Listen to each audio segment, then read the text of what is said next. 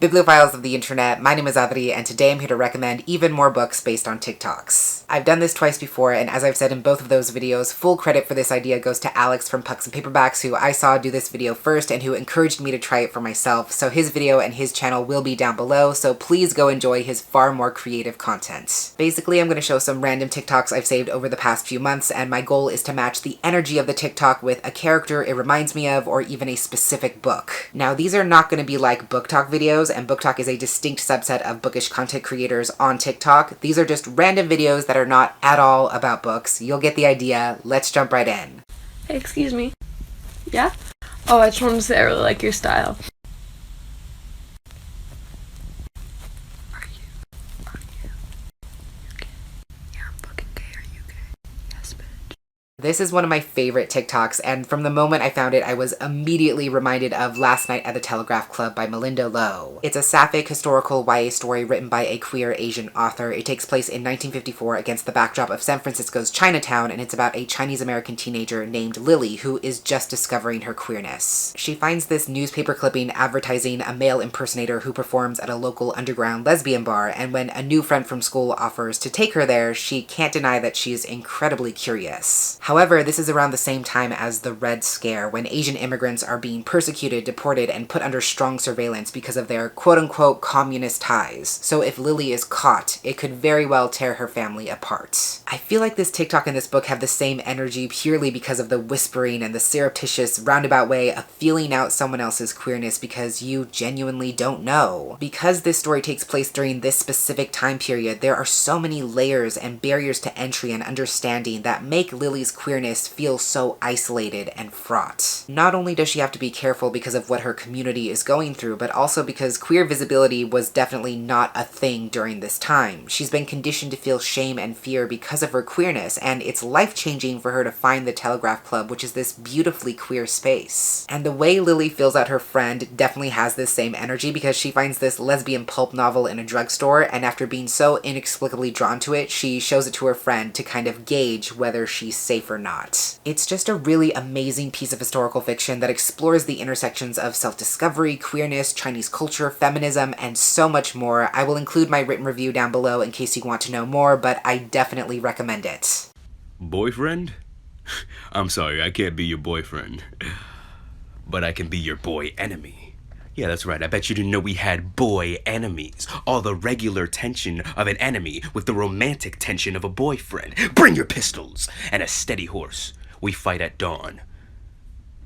And then flirt a little bit afterwards, but mostly fight. First of all, yes. Second of all, yes. I'm all about this. I was practically tripping over myself trying to narrow this down to one book, and spoiler alert, I may just throw in some extras at the end, but the title that kept blaring in my mind was In Other Lands by Rees Brennan. If you've been here for a minute, you've probably heard me talk about this book. It is one of my favorites. It's a satirical Achillean portal fantasy about Elliot, who's a selfish, obnoxious, impulsive idiot who thinks everyone around him is utterly ridiculous, and he is not afraid to say it. One day he's invited to cross over into this fantasy world, and because he figures no one is going to miss him, he goes. There he enrolls himself in the council course to put his bookishness to good use, and he begins learning how to navigate different magical cultures and how to draft up treaties that will hopefully bring about some measure of peace. He also meets this beautiful warrior elf named Serene, who he thinks he's in love with, and Luke, who is athletic, strong, and annoyingly charming. Basically everything that Elliot despises. I love this book so much, and I always want more people to read it. It's a truly unique fantasy story that uses satire, humor, and tongue-in-cheek narration to counterbalance what's really an emotional character arc for Elliot, who grows and learns so much about his own loneliness and his inability to connect with other people by the end of the book. I matched it with this TikTok because the energy of boy enemies is exactly the dynamic between Elliot and Luke. They are constantly challenging each other, trying to outshine each other, and they butt heads all the time, but they also have this deep, almost begrudging affection for each other that makes me so incredibly soft. I cannot say enough good things about In Other Lands. You should definitely read it. And the other title that immediately came to mind was a recent read for me, and that was The Queer Principles of Kit Webb by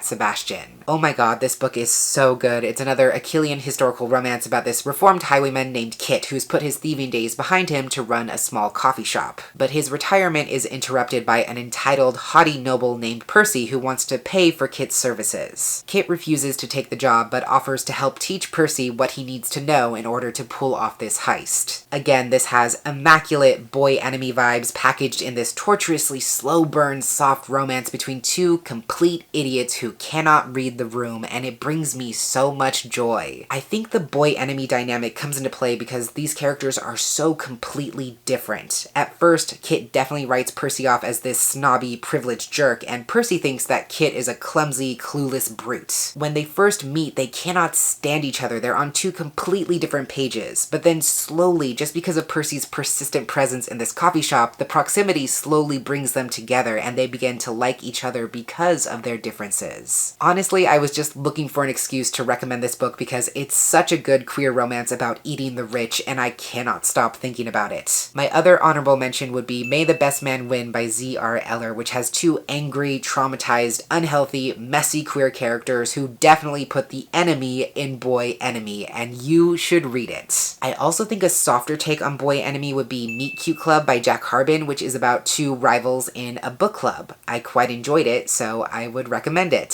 Things about weddings that I think are embarrassing that make me want to elope if anybody wants to marry me. Number 1, inviting people. What if they say no? I think I might cry and cancel. Number 2, walking down the aisle. I do not want everybody staring at me because I will fall. Number 3, meeting your person at the altar. Like, obviously you like them enough to marry them, but like, I feel like there's like awkward small talk once you get there. You're like, hey. Number 4, vows. I am not telling everybody why I love you. That is very awkward and I don't want to do it. Okay, number 5, last one for the ceremony. Kissing. You have kissed this person 1,000 times, but in front of an audience, I do not want my parents to watch me kiss somebody. That's just weird to me. And this is just for the ceremony. Don't even get me started on the reception because I got 5 more. I feel like you know where I'm going with this, but the incredibly small Venn diagram of socially awkward characters and books about eloping led me to one novel, and that was Honey Girl by Morgan Rogers. It's a queer new adult contemporary romance with a strong romantic subplot, although I wouldn't say that romance is the main focus. And it's about Grace, who's just finished her astronomy PhD, and before she throws herself into looking for a job, her friends take her to celebrate in Vegas. After an intense night of drinking, Grace wakes up next to a woman she's never met, only to find out that they married each other the night before and no one else knows. Before they can even figure out what this means for both of them, Grace basically books it, and now she's wondering how this marriage will affect how she sees herself and her path in life, and it only further emphasizes this question of what happens next. Personally, I found this book to be deeply emotional and moving because I think it's a love letter to lost millennials everywhere who have been conditioned to believe that their self-worth is inherently tied to their capitalist value, and by extension to how well they fit into these antiquated social concepts of success. I feel like it's a story that explores how we navigate through uncertainty, how we unlearn toxic and dehumanizing value systems, and how we learn to see our mistakes as just part of ourselves. Honey Girl starts with an unconventional marriage and certainly explores that romantic relationship, but I think it's largely a story about self-growth and self-healing, and that's why I recommend it. Hi, welcome to FTM Olive Garden, where there's more than one reason why people will be shoving breadsticks down their pants.